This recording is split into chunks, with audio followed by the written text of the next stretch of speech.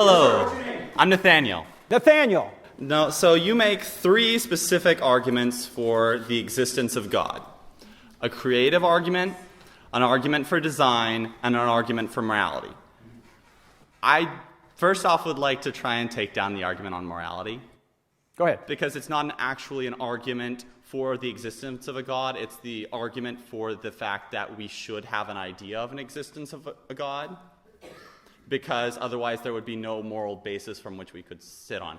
And I disagree with that because I feel that humans are inherently altruistic and moral. Okay, all right, stop there for just a second, Nathaniel. What do you mean by altruistic and moral? We are giving and we care about each other. Why is that good? Why is that good? Because it helps our species survive. Why is it good to survive? Because then we can propagate and move on as a species and continue to exist. So why is that a good thing? Who said? Why is that a good thing? Yeah. Because that is what it is. Well, that's an is. That's not an ought, though. Stalin would say, fine, Nathaniel, I'm going to survive by killing you and taking your stuff. Why is he wrong? Because Stalin would have the initial urge not to. He would feel that the inherent urge of humans is to be caring for one another. There are situations where humans will not be caring about one another, and those are exceptional. But because humans are inherently altruistic, his first urge would be to take care of the person or try and help them. But if he has some motivation against that, then he would no longer have that urge. And he would decide that he wants to kill them because he has a reason to. Well, again, I think you're begging the question as to what altruism is. Why is taking care of others a good thing if there is no God? That's your opinion. Is there an external referent, an authoritative, unchanging referent that you're getting that opinion from, which makes it objective, or is it just something you feel? Humans,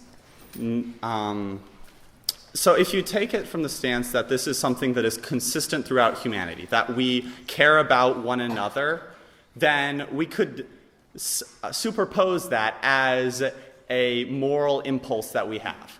Okay, let me agree with you. I think we do have a moral impulse. And that's exactly what C.S. Lewis said in The Abolition of Man, when he looked at all the diverse cultures and he said, they agree on basic morality.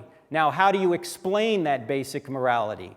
Well, there's maybe different ways to explain it, but some will say that's because God has written it on our hearts. But the issue isn't how we know it. The issue is, why is altruism, as you put it, or caring for one another, a good thing? Who said? It's not necessarily who said, it is what is. We are altruistic. There is no need for someone to say that it is a good thing. It is what we are. But if Hitler or Stalin comes along and says, I don't want to be altruistic, I want to be selfish and take everything for myself, and if I have to kill you to do that, I'm going to do that, why is that objectively wrong? Because he is not taking care of other people. Who said it's... Where are you getting this standard this objective standard that you ought to take care of people? Where does that come from if there's no God? So I'm just going to talk about a little example that I know of and some others. So there's three different points I'd like to make. First off, we still exist. If we did not take care of each other as a social species, we would have very, very limited capabilities of still existing. So we need to band together. We need to take care of each other. We need to be friendly to one another. That's presupposing that survival is a good thing. Why is it a good thing? And why us surviving? Why not roaches or antelope or black widow spiders? Why do you need the concept of good there? We're still surviving and we're being nice, kind to each other. We are being caring for one another. Forgive me, Nathaniel, but you're stealing the standard of goodness from God's universe to try and make your worldview work. But if there is no objective, authoritative moral standard beyond us, then atheism doesn't work. You know, I think you're right. There is something to that. The idea of good and evil is in a lot of ways a religious concept. But why do we need that? Well, it depends on what you mean by religion. I'm just talking, you can leave religion out of it, it's a loaded term. Let's just say the source, ontologically, which means the study of being. Where does morality come from? Are you an atheist? Yes. Okay, are you a materialist? No. Okay, so you believe in immaterial reality, that's good. How do you explain immaterial reality if there is no God? Could you define immaterial reality? Oh, let's just take the laws of morality. It's right to take care of people. It's right to love. It's wrong to murder. Where does that come from? That's something that is ingrained in us in our behaviors. That's how we know it. And let me agree with you that maybe there are different ways we can come to know it. If evolution is true, maybe evolution has helped bring it to us. Maybe our parents taught it to us. Maybe society taught it to us. However, my question isn't how we know it. My question is, why is it right to love and wrong to murder objectively? Because, you know, we went to the Nazis and they said, oh, we're just obeying our government. And we said, you had a higher obligation to obey the good rather than your government, and you failed, so you're guilty. So where does this higher standard come? Where does it come from? What is it ontologically? So to some extent, this is an interpretation of, and I'm probably going to screw this up, but this is an interpretation of why we exist.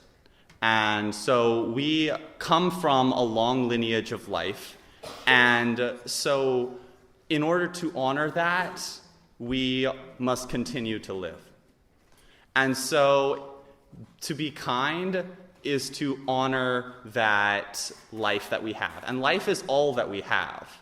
Okay, I agree with what you're saying here, but you're importing terms, moral terms like honor and good, into an atheistic system that has no way to ground those moral terms. That's my point. Let me ask you another question. I'm going to ask you the question I said I would ask you. If Christianity were true, would you become a Christian? Yes. Great. If I give you a book, would you read it? I'm a busy person. But if you give it to me, I would take a look. You'll take a look. If you read it, I'll give it to you.